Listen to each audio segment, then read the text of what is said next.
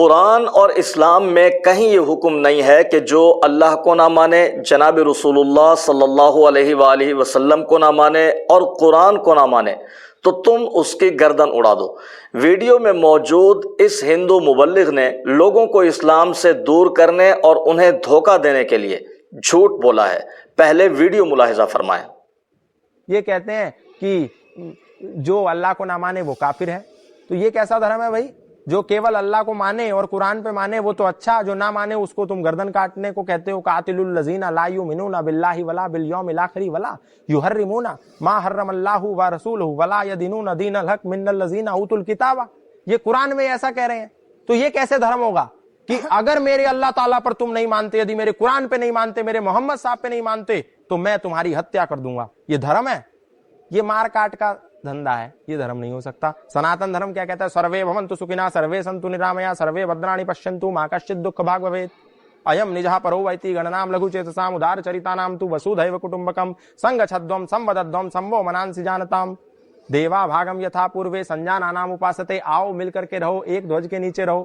یہ پریم ہے، یہ اپنتو ہے، یہ سوہارد ہے، یہ ممتا ہے، یہ کرنا ہے، یہ دیا ہے، یہ دھرم ہے۔ قرآن اور اسلام میں کہیں یہ حکم نہیں ہے کہ جو اللہ کو نہ مانے، جناب رسول اللہ صلی اللہ علیہ وآلہ وسلم کو نہ مانے اور قرآن کو نہ مانے تو تم اس کی گردن اڑا دو، بلکہ اسلام اور قرآن تو یہ کہتا ہے کہ جو کافر یا غیر مسلم تلوار لے کر تمہاری گردن اڑانے آئے، تمہارے ساتھ جنگ کرنے کے لیے آئے، تم اس کے ساتھ لڑو اور اس میں بھی دشمن کے ساتھ زیادتی نہ کرو۔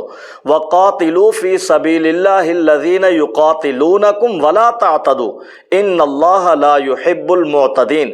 اور اپنی جان، مال، عزت، آبرو، گھر بار، قبیلے اور وطن کی حفاظت کے لیے لڑنے کا حکم تو دنیا کے ہر مذہب میں موجود ہے، ہندو تہذیب میں بھی موجود ہے۔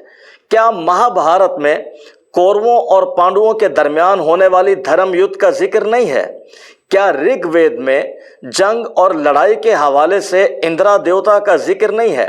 کیا رامائن میں سیتا جی کو آزاد کرانے کے لیے رام اور راون کے درمیان ہونے والے مذہبی قتل و قتال کا ذکر نہیں ہے؟ کیا رگ وید جلد 1 ادھیائے 12 اشلوک 5 میں دشمن کو آگ سے جلائے جانے کی مقدس دعا کا ذکر نہیں ہے؟ کیا بھگوت گیتا چیپٹر 2 ورس 33 میں کرشن ارجن کو دھرم کی خاطر دشمنوں سے لڑنے اور انہیں قتل کرنے کا حکم نہیں دیتے؟ لیکن افسوس اس بات پر ہے کہ اس ویڈیو میں موجود ہندو مبلغ نے دیگر مذاہب کی کتابوں سے تو ایک ایک ورز یاد کر لی ہے، لیکن اسے اپنے مذہب کی کتابوں میں موجود ان باتوں کا کچھ علم نہیں ہے۔ تو میں ان کی خدمت میں یہ عرض کرنا چاہتا ہوں کہ جب مار کاٹ کی یہ ساری باتیں آپ کی دھارمک کتابوں میں بھی موجود ہیں تو پھر اس کا مطلب یہ ہے کہ آپ کا دھرم بھی دھرم نہیں ہے بلکہ مار کاٹ کا دھندا ہے۔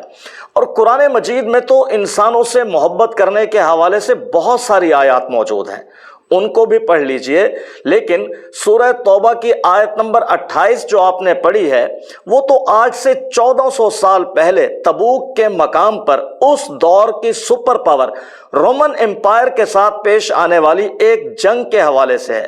اس کا یہ مطلب تو ہے ہی نہیں کہ جو کافر یا غیر مسلم مسلمانوں کے ساتھ جنگ نہ لڑنا چاہتا ہو بلکہ امن اور سکون اور سلامتی کے ساتھ رہنا چاہتا ہو تو تم اس کی بھی گردن اڑا دو، کیونکہ قرآن خود کہتا ہے وَإِن جَنَحُوا لِلسَّلْمِ فَاجْنَحْ لَهَا وَتَوَكَّلْ عَلَى اللَّهِ۔ اور اگر کافر صلح چاہیں تو تم بھی صلح کو پسند کرو اور اللہ پر بھروسہ رکھو۔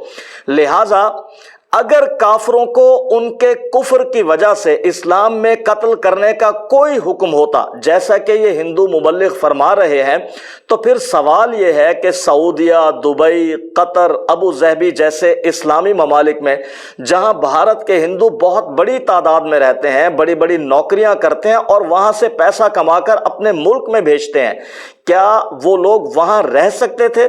وہ اسی لیے تو رہ رہے ہیں کہ اسلام میں کافروں کو ان کے کفر کی وجہ سے قتل کرنے کا کوئی حکم موجود نہیں ہے، اور یہ ہندو مبلغ لوگوں کو اسلام سے دور کرنے اور انہیں دھوکہ دینے کے لیے صرف جھوٹ بول رہے ہیں۔